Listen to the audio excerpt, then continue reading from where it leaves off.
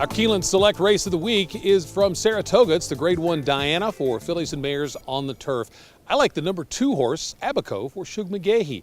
First, look at the record at Saratoga and at today's mile and an eighth distance. Both very solid. Then look at the last start at Belmont. Painfully slow pace that this horse had to close into. 2 starts back in the Grade 1 Jenny Wiley here at Keeneland. She got hung 6 wide, so with a little better racing luck, she might be coming off 2 straight wins, and so I think you'll get some pretty good value.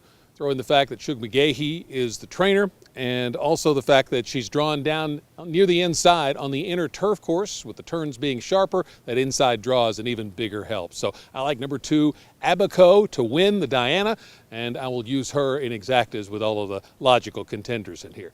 Now let's turn to Katie Gensler for her thoughts on the Grade 1 Diana. Thanks, Tom. Well, this shaped up to be a wonderful event coming up this Saturday at Saratoga. We're so excited for Saratoga to get started this summer. I did end up going with Strathnaver on top, just going off of her last performance.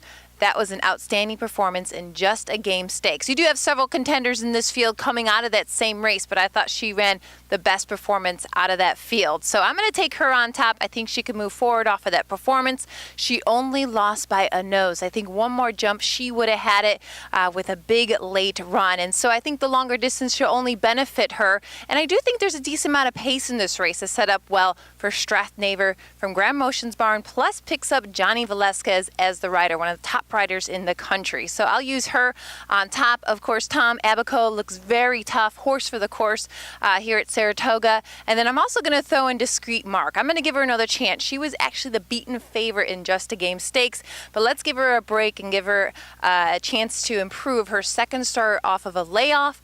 And also, I think the longer the distance, the better. She just couldn't succeed going a flat mile. But again, I'm going to go with Strathnaver on top. I'm going to play her straight up. So, of course, play her win, place, and show, and then also key her on top in exacta and trifecta. Make sure to make all your wagers at KeenelandSelect.com.